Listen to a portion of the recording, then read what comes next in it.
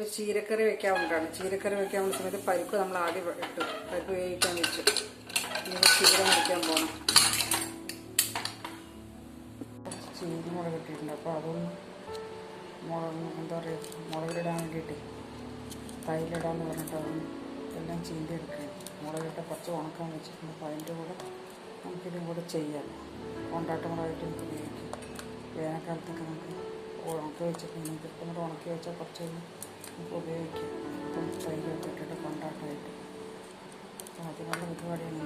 കുറച്ച് ഇട്ടിട്ടുണ്ട്, കുറച്ച് നേരത്തെ ഇട്ട് അത് കൂടെ നമുക്കൊന്ന് ഉണക്കിയിട്ട് ഇട്ട് വെച്ച് കഴിക്കുക. നല്ല സ്വാദായിരിക്കും. നമ്മുടെ തൈരിൻ്റെ കൂടെ വേറെ കറികളുടെ കൂടെയൊക്കെ കൂട്ടി കഴിക്കും.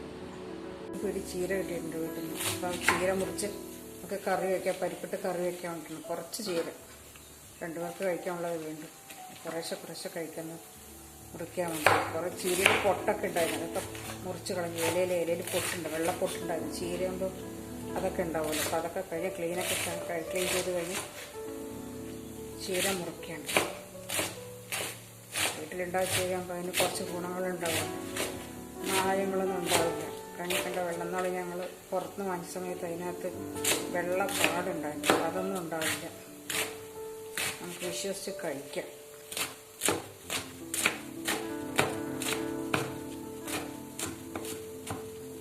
ഇലക്കറികളല്ലേ എന്തായാലും വീട്ടിൽ നിന്നാകുമ്പോൾ നമുക്കൊരു അത്യാവശ്യം പച്ചക്കറികൾ നമുക്ക് വേണ്ടത് ഇവിടെ നിന്ന് കിട്ടും. അടുത്ത് നോക്കിയപ്പോൾ നല്ല തിളക്കുന്നുണ്ട്. തിളക്കുമ്പോൾ തേങ്ങ ജീരകവും ചേർത്ത് അരച്ചാണ്. അപ്പോൾ അത് അങ്ങോട്ട് ഒഴിച്ചു കൊടുക്കുക.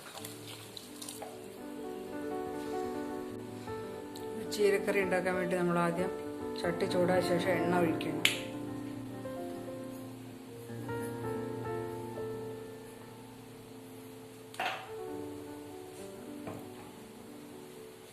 ചീര ഇടണം.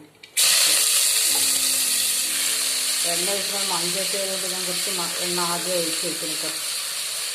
ഇട്ട് അതിൽ നന്നായി കുറച്ച് മഞ്ഞപ്പൊടി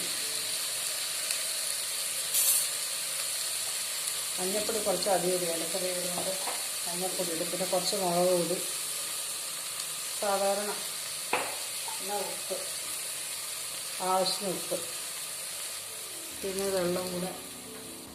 വെള്ളം കൂടെ ചേർത്ത്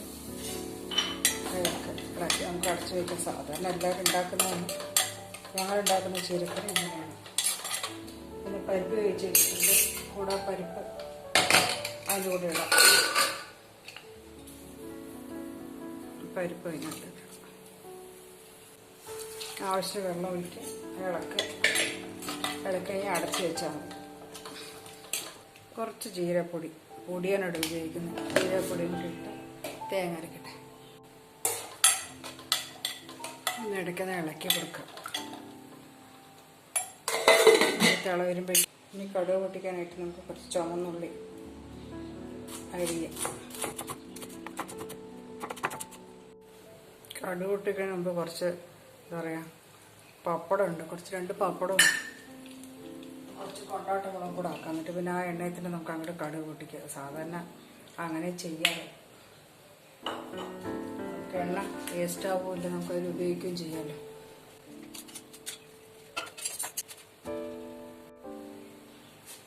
പപ്പടം വെച്ചു.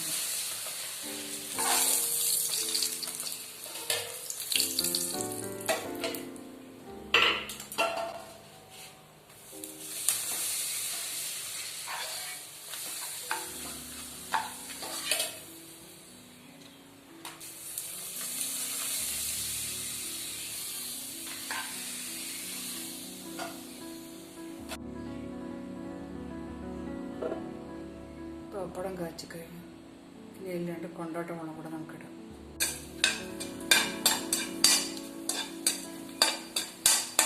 തൈരൊക്കെ ഇട്ട് ഉണക്കിയിട്ടെടുത്ത കൊണ്ടാട്ട മുളകാണ്.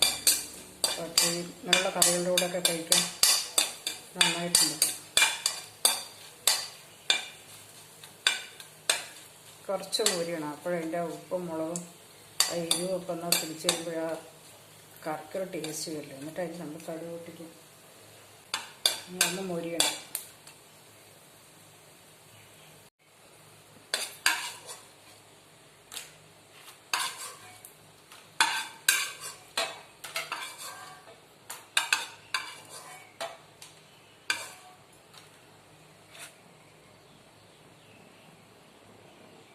ചീരയ്ക്ക് കടുക് പൊട്ടിക്കാൻ കുറച്ച് കടുക് പൊട്ടിക്കാൻ ഇട്ട് കൊടുക്കാം. താളിക്കാൻ ചെറിയ ഉള്ളി,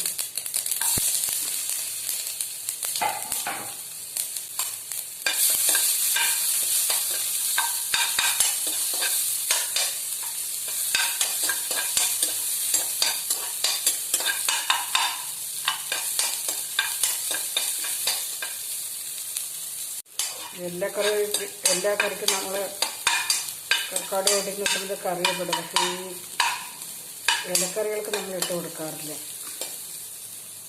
പൊട്ടിച്ച് അതിലേക്കിട്ട് കൊടുക്കും.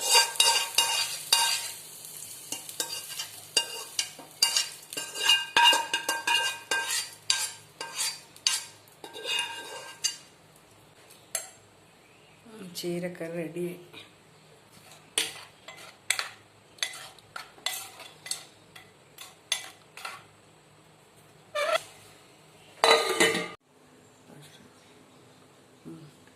ഇന്നത്തെ ഊണ് ചോറ് വിളമ്പി ചീരക്കറി പപ്പടം രണ്ടും കൊണ്ടാട്ടം. ഇന്നത്തെ ഊണത്